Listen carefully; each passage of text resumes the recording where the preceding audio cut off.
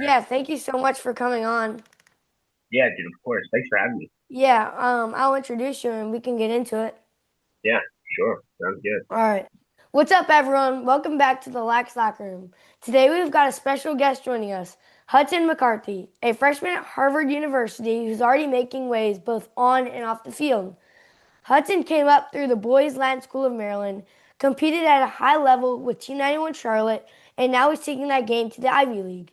On top of that, he's building a serious presence in the lacrosse world through his Instagram page, Lax on One Leg, where he mixes creativity, humor, and the real grind of being a college athlete. Today, we're diving into his journey from high school to Harvard, what the freshman year jump is really like, and how he balances lacrosse content creation and the mindset it takes to compete at the next level. Let's get into it with Hudson McCarthy. Thank you so much for coming on. Awesome. Thank you so much. That introduction was well done. I Thank appreciate it. you. Thank you. Um, so for people who don't know you yet, can you give us like a quick intro, like who you are, where you're from, and how you first got into lacrosse? For sure. Yeah, I'm Hudson McCarthy. I play at Harvard University. I was actually born in Maryland, kind of right outside DC, but then I moved to South Carolina when I was pretty young, around like 9. And lacrosse wasn't huge in South Carolina, so I decided to start playing for originally Team Carolina in Charlotte, but then Team 91 Charlotte, Yeah. and that's kind of where I developed a lot. Um, Also, like my brother was 2 years older than me, so I would play up a lot, kind of wherever he would play, I would play in that age group, and I think that definitely contributed to a lot of the success that I've had. Just playing with older kids. And so I played for Team 91 Charlotte, which is like 2 hours from my house in South Carolina. But we made that commute every summer, um, and fall ball. And then eventually I decided to go to Boys Latin to play lacrosse there to elevate my game, play with a lot of really high level competition, and was there for actually only a short amount of time. I wound up getting injured and going back home, but it was kind of an eye opening experience just being able to, you know, see the way they compete. Yeah. It was very similar to like the guys on my club team. We had a really good club team, Team 91 Charlotte, for my Yeah. year.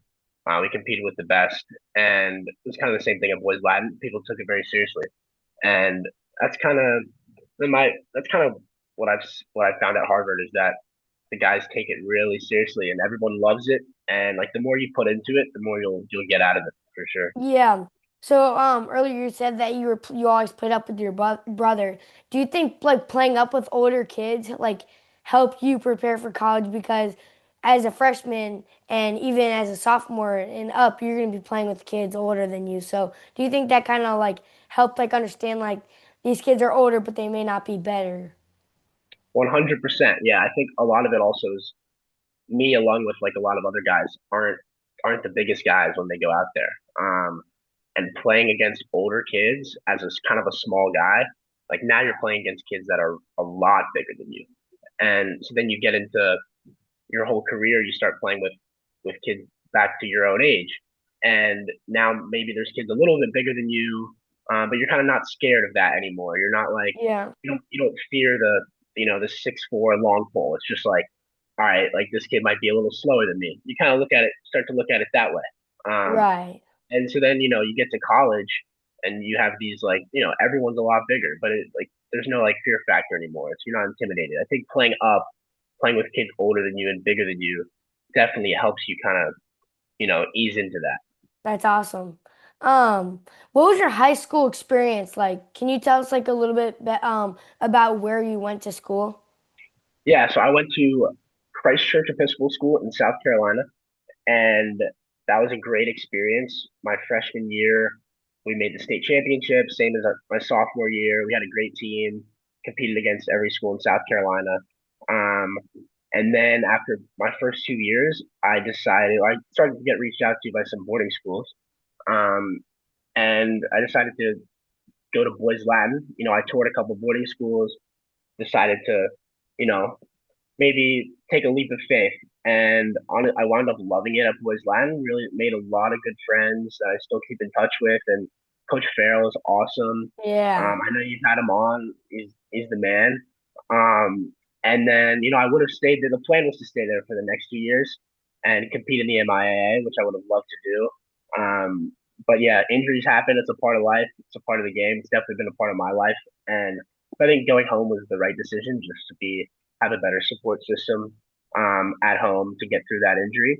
And it was a great experience though, and I was able to make some really awesome friends and kind of see how they compete in Maryland. Yeah, it's tough, especially because Boys Latin is such a great school, and then like you said, the MIA is the best like high school conference. So, Oh I yeah, mean, that's a bummer, but like you said, it's your opinion. Going home like could have been the best decision for you. So that's awesome.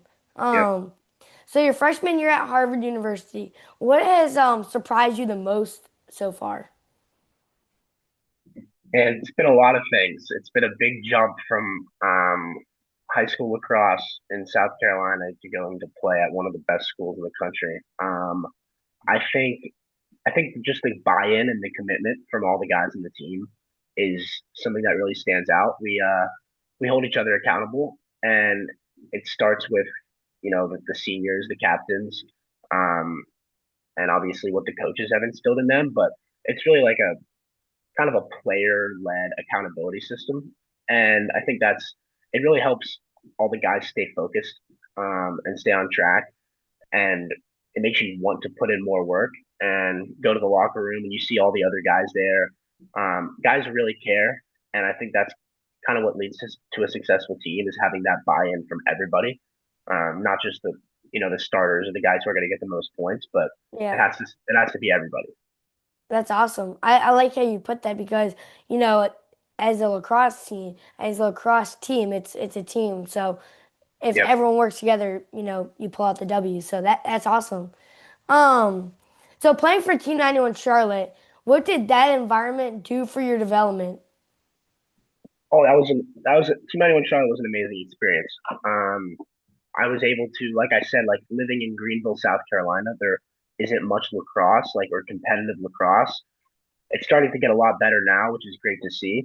But kind of when I was younger, we had to explore other options, and so driving 2 hours wasn't the most fun thing in the world. 3 times, 4 times a week. Um, Obviously not for my parents. Yeah, especially not, that's a Yeah, big hike. I mean, I was just sitting in the back seat watching some Netflix or whatever. But Yeah. for my parents and the other parents that had to do it, because there were some guys also in Greenville that would make that commute. So it was tough sometimes, but the level of competition was honestly really surprising at how good it was in Charlotte. Um, I'd say pretty comparable to some of the best teams that you'll hear about in like Maryland or New York. Like we were a really good team and playing with really good kids and playing up against like our starting three defenders. Like we got guys going to Brown and Rutgers and just like really good schools. And so competing against kids like that, having some of the best coaching in the country, I would argue, for a club team, Mhm. um, was exceptional. It really helped me develop as a person and definitely as a player. Yeah, so that's awesome. I actually was on with Coach Flanagan. You know Nice. Botchets, you know who that is? Yeah, of course. Yeah. Yeah, Yeah. he's awesome. Coach Um Flanagan is the man. He's kind of built that Team 91 Charlotte and also Team South into what it yeah, is. And because it was originally in Charlotte, Team Carolina was kind of like that, the top dog. yeah, Um, and Team 91 Charlotte was kind of on the rise a little bit. And then one year it just kind of snapped and people flipped. People went to Team 91. And then ever since then, it's been Team 91 has been the premier program in Charlotte. And it's kind of all 100%. because of the product that Coach Flanagan puts out. Yeah, he's a He great does a coach really good job. Yeah, and for sure. director. Um, is there any tournament game or moment with Team 91 that like really stands out to you? Yeah, I think the best time I had with Team 91 was recruiting summer.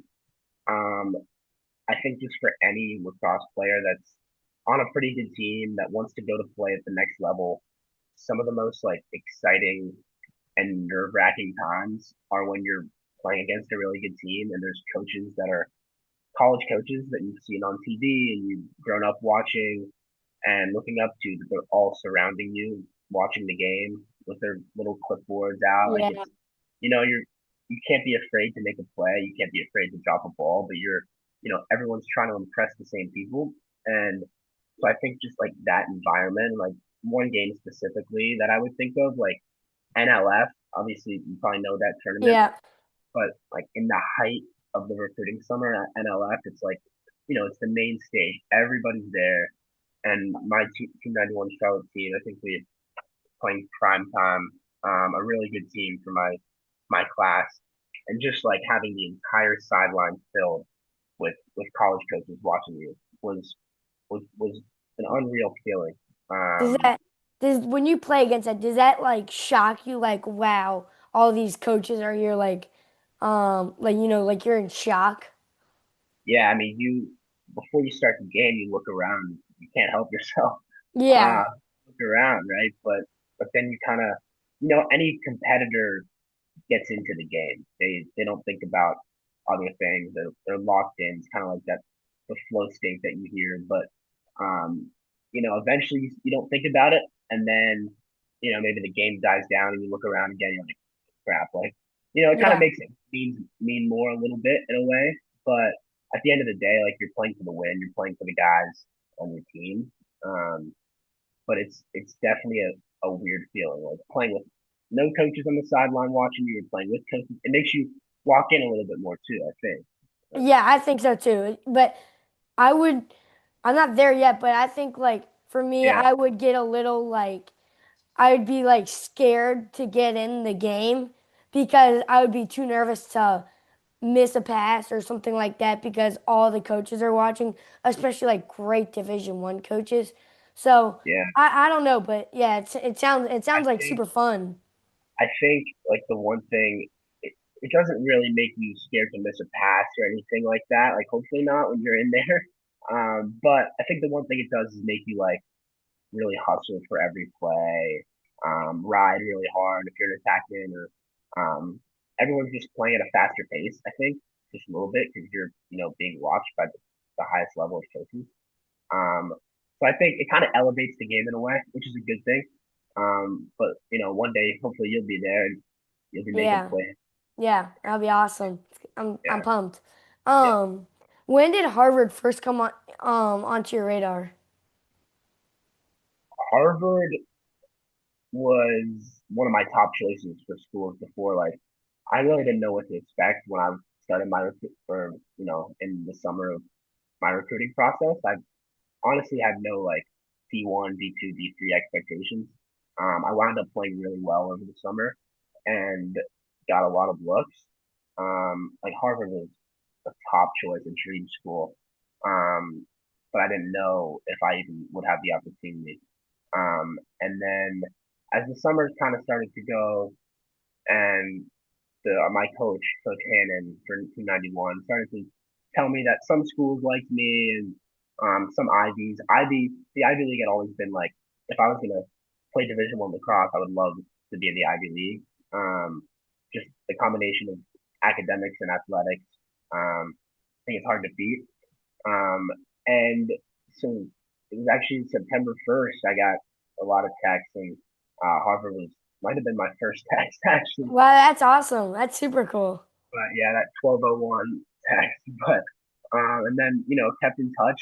I took a couple visits to like a couple different schools that I was really interested, a couple of the Ivies, and Harvard just stood out. I think for all the reasons that you might think, Yeah. but I can get more into that if you want. Yeah. Um, but yeah, it was really like that feeling of getting some of those texts it was pretty exciting. A lot of players have gone through that, and that's like it's a huge relief. You don't know if you should stay That up till 100 12 o'clock or just go to bed, but right. yeah, it's a really weird Yeah, it's I a feel weird. like once you get like that first few texts and it's like, You okay. put the phone down, you go to sleep. Yeah, then it's like, okay, especially like Harvard being your first one, that's like, okay, I wanted toward the school, I want to go there. Like, Yeah, so then I feel like that takes a bunch of stress off, you know? 100%. There's a lot of a lot of guys they don't know if they're gonna get it. I didn't know if I was gonna get anything. And then you kind of hope.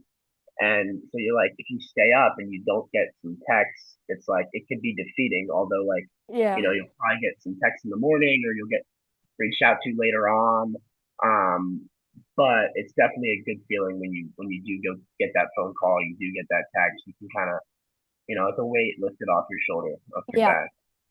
100%. What ultimately made Harvard the right fit for you?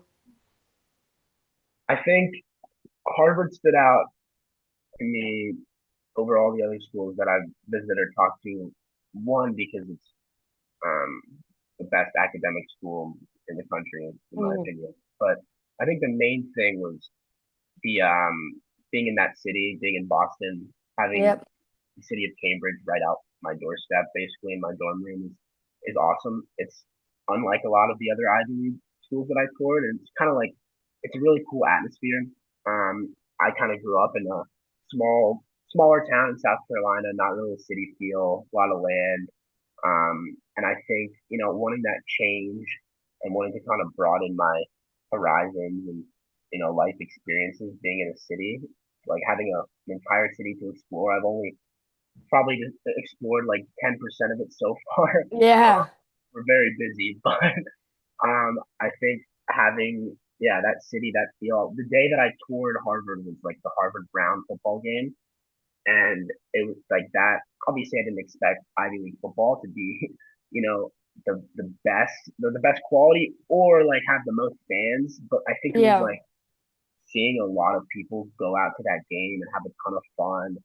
Um, kind of made me like, all right, this school, like, yes, it's really intense, and there's a lot of like the academic culture is, it's tough, it's pretty rigorous. But people, it's normal people. People love to have fun. And so like, yeah, I think Harvard really stood out in that way. Yeah, since we're talking about Boston though, can you say like the how the people like the bot with the Boston accent say like the Harvard Yard? It's like the Harvard Oh, Yard. but yes, Yeah, you know what I'm talking that about? is a wicked smart at Harvard, yeah, Yeah, the yeah. Harvard Yard.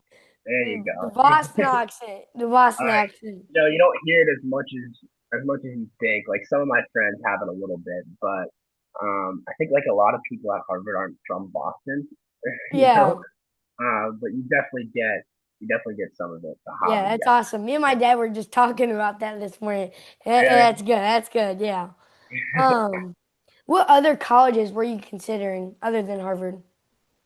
So yeah, I took a. So my visits were Harvard, Yale, um, Brown, and Dartmouth. So I was kind of down to those four, and then like Michigan came in later in the scene. Um, but all really good academic schools. That Yep. was kind of my number one thing was whether I go play D3 or D1. It's kind of like I want to go to a really good academic school. Academics have always been kind of stressed upon me by my parents and a big part of my life, and so I was like, that's I want to go to a really good academic school. I want to play really good lacrosse, and I think, all those schools that I just mentioned are great. You really can't go wrong. I think Harvard kind of was coming onto the scene as being like this kind of new, like really good lacrosse school in the Ivies, and like as a competitor, I wanted to kind of be a part of that kind of like journey with Coach Byrne and him taking the program and kind of making it into what it is like right now and what the expectations are for this year. Um, and yeah, like Brown, Yale, Michigan, Dartmouth, those are all amazing schools with amazing coaches. And in the Ivy League, it kind of fluctuates a lot. Who's really good, who's not good. I think Princeton and Cornell have done a really good job of kind of Yeah. maintaining their status right now. And obviously Cornell with last year. Yep. uh, yeah, but I think Harvard's really coming onto the scene in the Ivies and definitely in like the national rankings as well. And it's just exciting to be a part of that. A part of a group of guys that really care enough. Yeah, and since you wanted a good academic school, Harvard is definitely a good fit because, like you said earlier, it's definitely I think it's the most academic response school in the country. Just because of like based on like how many people like go there it's like it's ridiculously hard to get into. So you must be a smart guy too. There's a lot of smart people there, a lot of people smarter than me, but Yeah. it is good to be around guys that care about academics and athletics. Yeah, Um, well, that's also like a good influence. Like you want to be around those people that are doing good things and going to and learning and I don't know how to say it, but like they're also going to be smart people. So it's good to surround yourself with those type of people.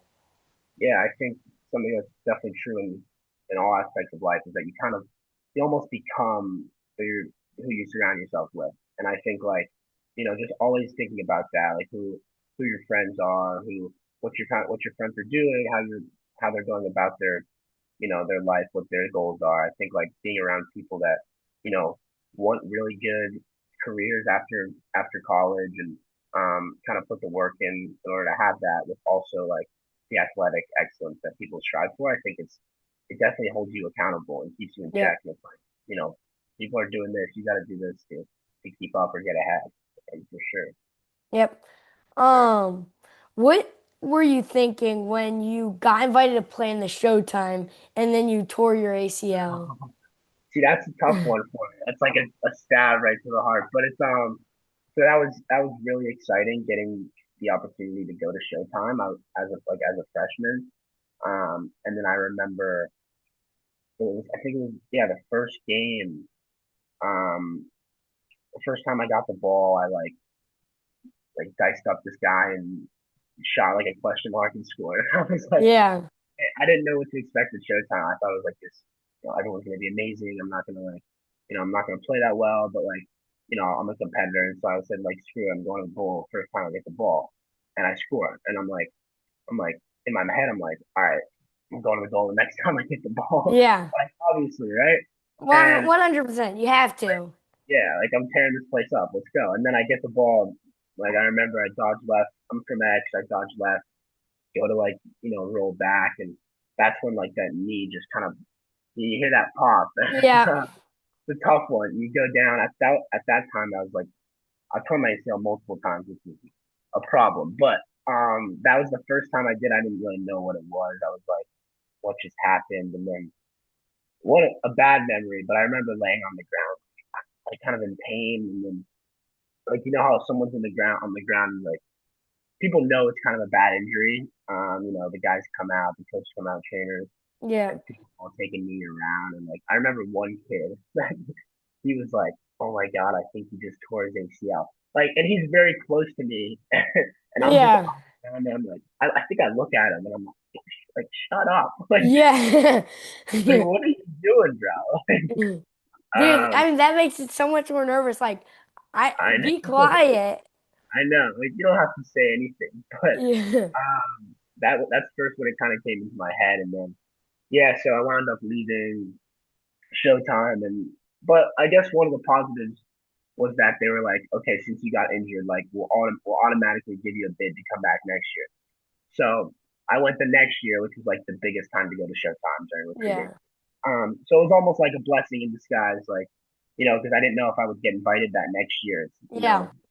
but like I got invited the first year and then injured myself, so they let me come back the next year, which was awesome. So I Yeah. got my Showtime experience. It wasn't my freshman year, but it was the year that really mattered, that sophomore year summer. So it was Yeah, I mean that's got to be upsetting, especially that one kid. Do you know where he ended up going or do you just like that kid's in the no, past? yeah, I don't know. I do remember at Showtime the play that I tore my ACL. I think it was like I dodged left from X and then tried, like I said, tried to question mark. And I think like when my knee like caved in, I obviously like let my stick hang, whatever. Like Yeah. I was collapsing on the ground, and somebody, I think my defender like did like a lift, and my stick kind of went in the air. Uh, And he put that play on his highlight reel. Of me tearing my ACL. Seriously? Yeah, Oh and my gosh, that's crazy. I That is remember yeah, crazy. I remember one of my friends like was watching his highlight reel and like filmed it and like it's like holy crap, like that's Hudson tearing his ACL. It showed like it's kind of crazy that someone would put that on their highlight reel. I know. Well, that's kind of like you could consider that unsportsmanlike, but you Yeah, I mean, like it's a good, like I guess, like you can say it's a good play, but it's like what can come you on. really do when you tear your ACL and you're on the ground? Like, Yeah, I know, but it's um, what's the biggest difference between high school lacrosse and college? the biggest difference. Um, I think one is kind of the intensity of everything you do, practices, lifting. Um, in high school, I think the high school that I went to, like we have practices, we have lifts, and guys are, you try to get the guys fired up, but like a lot of time the energy in high school kind of has to be like created or almost like forced in a way a little bit, and maybe by the coaches or by the captains. But I think in college, like, the energy's already there because of um, the culture of the team. You don't have to like force anything. It's like, man, guys go out to practice and they want to compete. Like they love to compete against each other. Um, and that's what makes practice fun. Is having guys that like really, they get out there and they're competitive and they want to beat each other. It's all fair. Like no one's throwing punches, but it's like, it's really competitive, especially in drills that like a 3-on-2, 3-on-3 drill. That's like, you got to get after each other. And I think like having that energy kind of already there in practice, and not having the coaches having to force anything, or like Right. captains having to tell people to like, pick up the pace. Like obviously our captains will, if we're lacking one day, will, bring us aside and tell us to, pick it up a little bit. But I think that energy is already there, and that's what leads to, really competitive and high level practices and lifts that ultimately will elevate a team. Yeah, I also think when like the energy is there, like that the team brings, I feel like that helps your player success. Like as a player, I think that helps you play better because everyone else is flying around and having fun, and when they're doing that too, I feel like it leads to how you play. So definitely that's awesome. Yeah, yeah. Um, what's the hardest part about rehab on your ACL? The hardest part is honestly like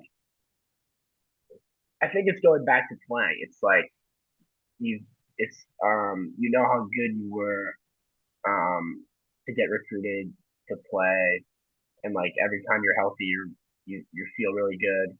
And I think the hardest part is just like kind of the mental battle of like physical stuff is what I've done my entire life. It's work out. It's push yourself, um, push through pain, or hope maybe not too much pain. But the physical stuff, Yeah, yeah, the physical stuff is stuff I've done my entire life. It's nothing new. It's just kind of a different way of doing it. It's like instead of lifting upper body, it's strengthening my knee tendons, which is like it's different workouts, but at the same time, it's like you're working out. That's basically what ACL rehab is. It's working out in a different way, with very specific protocol. Um, but I think the mental part is really hard because for someone like me that's done it multiple times, um, you want to come back and play so badly, but you also want to be really cautious, because I want to have a long, successful career, and I don't want to rush anything to where like I'm putting myself at risk for re-injury. So I think right. kind of the mental balance between like coming back soon, like because I want to play, I really want to play, but also like telling myself that like, all right, slow down, like it's okay to wait. It's good to wait. You want to be fully healthy before you're really competing. That mental part's really hard for some people, and I think it's kind of just a battle you go through daily. Yeah. So when you tear your ACL or you get an injury and then the team does like a team workout, do you participate in the team workout or do you have to do your own thing to get your knee better? It's a good question. I think kind of in the early stages of ACL rehab, when you can't really run yet, or like that part, you would probably do your own thing. Because unless it's like an upper body workout that you can Yeah. do. But like now when I'm basically fully healthy, like I'm doing all the workouts with the team. Um, and so like this fall was kind of a process of like some days I would work out with the team, some days I would be in there with the team, but doing a little bit different things. But everybody's going through something. So there's always Yeah. guys that are, their hips tweaked or their ankles, and so they're doing something different. So like, it's good to have. You can't have everybody doing the same exact things. People need different things. Mhm. Um, so like, there's guys that lower body injuries, they're doing upper body like basically like every like all the time. So it's Yeah, like that's a lot. and so I think like yeah, for ACL rehab, you have to do some stuff that's different than other guys.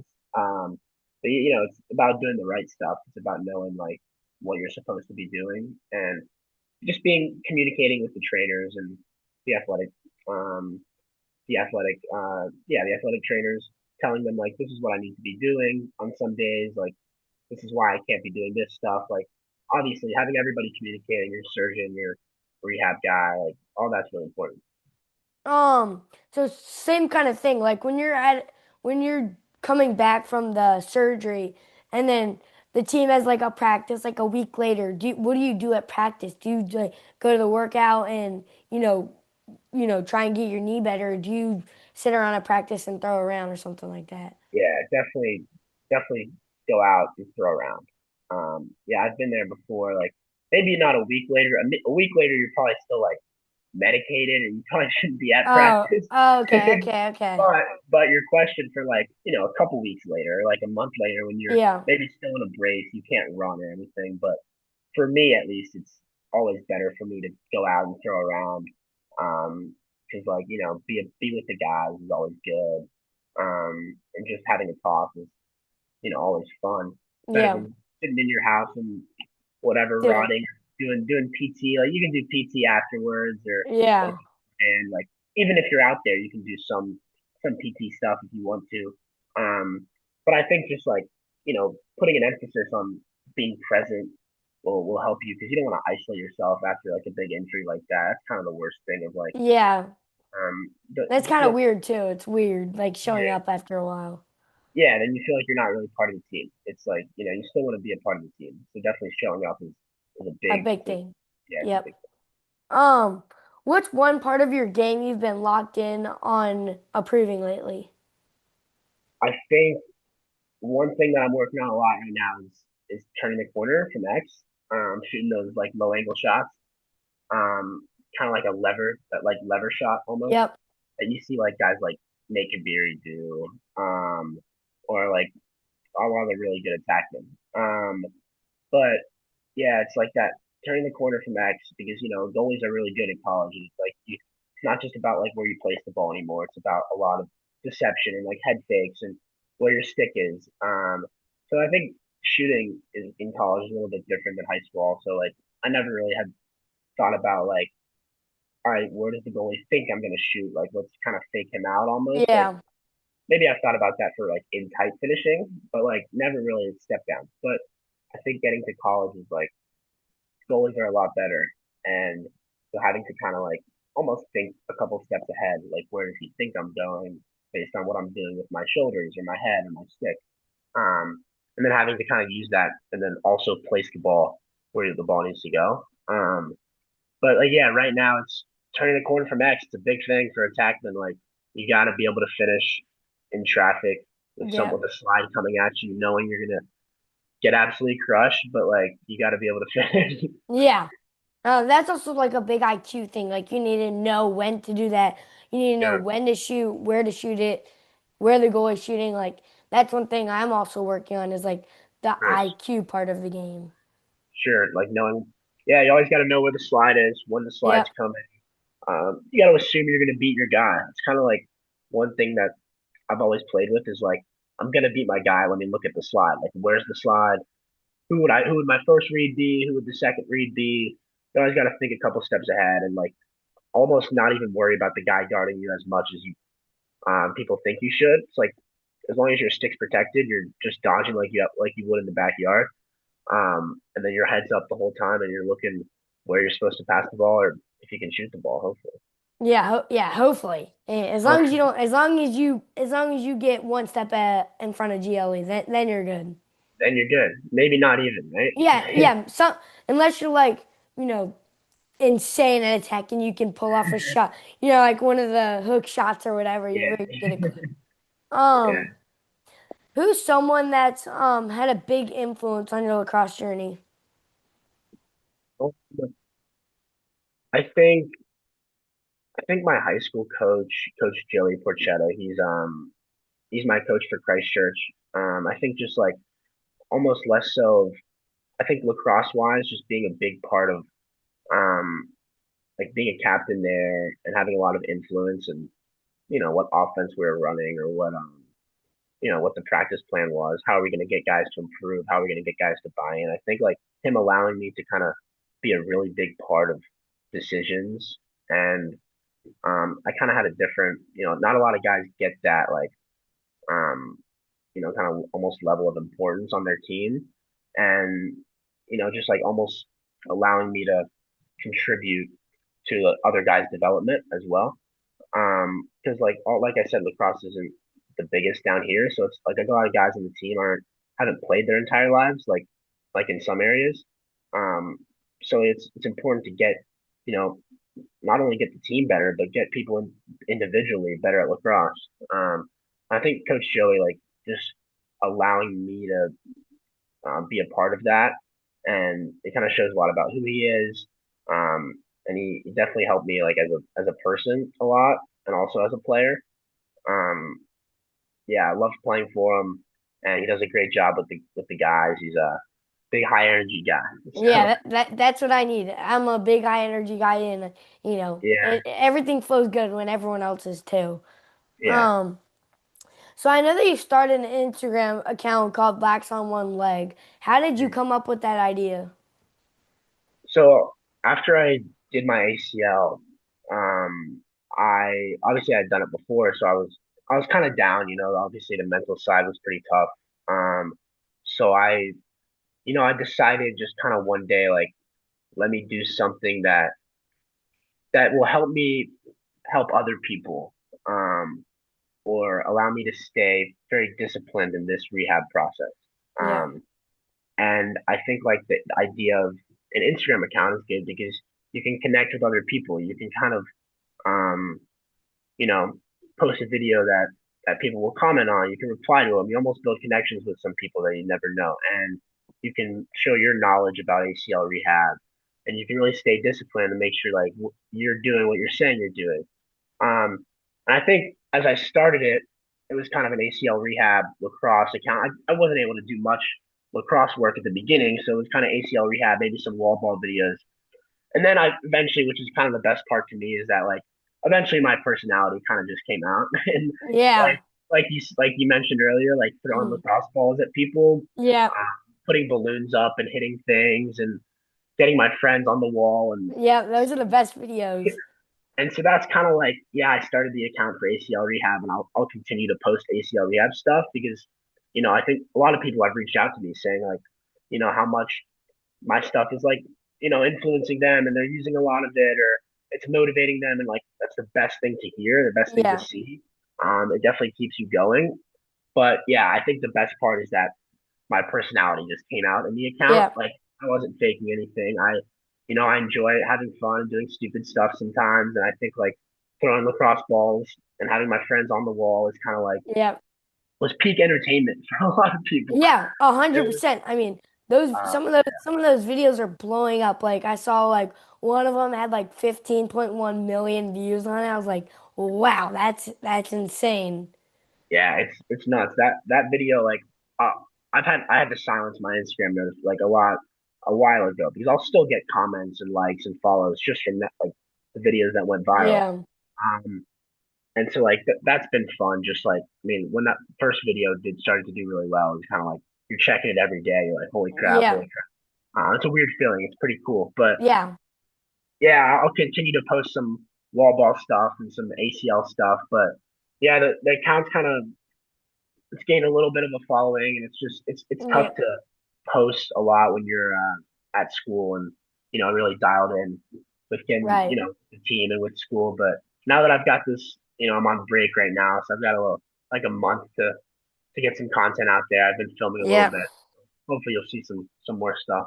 100%. It'll be awesome. Yeah. So since we're talking about it, what has been your favorite part about content creating and why? I think just like kind of thinking about like ideas to create kind of gets your creative mind almost going, and you kind of think about things a little bit differently. And like someone like me, I don't like honestly, I don't like love the whole like Instagram world and like love scrolling and like I think a lot of it's like there's maybe too much of it these days, but I think a lot of it can be positive. And I think just like trying to have a positive influence on like social media that like a lot of times can be really negative to people. Yeah. Um, but just like doing something like you're doing, which is like allowing people to tell their stories or bringing in some big lacrosse names like you had the Curse brothers, Oh like you yeah. getting Farrell, like just like having a positive influence and allowing people to see something that like maybe makes their day better, makes their process a lot easier. That's definitely the best part. Is a lot of people are going through ACL rehab, and it's a tough thing. And lacrosse players too, and people don't know if they'll be able to come back and be as good as they once were. And it's like as a guy that's going through it or I've been through it and is still at Harvard playing lacrosse is like, it's like, it's possible to get past the ACL rehab and, showing people what to do, what exercises I'm doing, having people reach out and say that I'm helping them. Is 100% the best part. Yeah, that's awesome. I would like that too. Like if people like reached out, like had to start a podcast and stuff like that. Yeah, It seems awesome. Especially like for yourself, like that's got to be like, wow, people are like DMing me, and it's like that's got to be cool. definitely keeps you going, keeps you motivated for sure. If other people are Yeah. putting in some work, and you have to as well. Um, do you have any advice for younger players chasing big goals right now? I think work on your offhand is a good one. Yeah. Uh, Even if you're a Canadian guy, you're a strong hand can't be that strong. You got to I think work on your offhand is like one just kind of technical thing that I've stressed ever since like I was really young. If you're a two-handed player, you got a lot of advantages over a lot of other people. a Um, hundred percent. but other than that, like I think just I don't know. Work hard. Work hard's a very it's a kind of a typical one, but like Yeah. obviously work hard. But also I think like an important thing is work on the right things. Like getting in bad habits is the worst. It's like do the right drills, train your offhand, train the right way to shoot before you go out shooting sidearm and underhand and stuff like that. But also be creative when you're practicing. Like practice stuff that you don't think you do in a game, but you might as well practice it. Like you see guys that pull out behind the backs and Yeah. backhand shots like they've done it before 1,000 times. It's because they have. It's like because they practice it, and it definitely gives you a competitive advantage when you have every shot in the book or every pass you can make any play. So I think Yeah, be 100%. be creative when you're practicing, work on your offhand, and just like enjoy the game, love the game. I think that's a big thing. It's just, Yeah. I've actually started like do what you do. Like I've started to like work on a bunch of my like weaknesses, not technically, but like shots I wouldn't do. So like I've been working on my BTB. Um, yeah, and I have a wall ball. It's not necessarily like huge, so that's good for me because it gives me a target to hit, and every time I hit it, that's like a good thing because it's not a yeah, big one. So when I hit, I know my accuracy is improving. So it's definitely, and yeah, that also improves my confidence to do it in a game. 100%. You have a goal in the yard too. I have 3 goals. 3 goals. Why you Yeah. need 3 goals? That's a lot. I don't know. I got one for my birthday, and then like two of them, just like neighbors had them. You use any backstops? You use the other goals as backstops or no? Yeah, we have a backstop. It's huge. It goes right behind the goals. Nice. You're not hitting any neighbors' windows and stuff. What? Oh, Uh, actually, kind of a story. One time, I shot it on the left side, facing the person's house over there, and it hit their window. And to this day, I'm not sure if it's broken because it looks foggy. yeah, Um, and it's still foggy. And I tried touching it, and nothing happened. So I think it's like kind of broken, but not broken. I don't know. Not broken enough for them to notice, them to No, say not broken enough for them to notice now, which is a that's good good. thing. I would have. My brother hit their window and he dropped and went inside. He was a big old scaredy Typical cat. flight or fight response. And see, the fact that your shot didn't break the window means you need to get that miles per hour off, right? Yeah, We gotta I start mean, breaking windows. I would. It wasn't like shooting hard. I was kind of close to goal. I was working on like Okay. accuracy because I have the circle things like the targets Yeah. from Yeah. ECD and I use those to like improve my accuracy. Those Yeah. things are awesome. Those are good for sure. Um, Definitely hit target. now we're gonna do like rapid fire, which is where I just shoot a question out and you just like a quick answer. Cool. All Yeah. right, righty or lefty? Ready. Shoot low or shoot high? Hi. 100%. Alley or island? Yeah. Step down or on the run? Um, step down. Yeah, same, same, same, same. Toughest Yeah. defender you've faced so far? Toughest defender. Um, I'll give it to my guy Hunter Sanford. Early lift or late lift? Um, early. Legs or upper body? I say legs for my ACL guys. Yeah, pregame music or pregame music, hyper chill. Say probably high. Same. Um, First goal or game winning assist? First goal or game Yeah, winning assist? yeah, Game winning assist. yeah. Hardest class so far at Harvard. Ooh. Uh, say What is it? math, math and Math. a. Math. What's your favorite spot on campus? Favorite spot on campus? Um, honestly, I think like just the coffee shops. Shout out Capital One Cafe. It's a good one. Oh yeah. Basically on campus, yeah, but Yep. Yeah. study in the coffee shop. It's a good one. Plan content or post randomly. Uh, post randomly. Yeah. Favorite type of post to make. When I'm shooting at my friends on the wall. Yeah. Yeah. Best comment you've ever gotten. Um, um, people telling me that it's too dangerous and that I should stop. Yeah. Stop. Um, That's one a good thing one. people, one thing people don't see behind the scenes. Ooh, I think probably me convincing my friends to get on the wall is Oh, is a yeah. pretty I thing. don't know if I could do that. I don't know. I would need to know if you were gonna 100%. But based on all your videos, like you have like pretty good accuracy. So I think I would do it. I would probably do it. They do make me like prove my accuracy beforehand. I gotta hit the Yeah.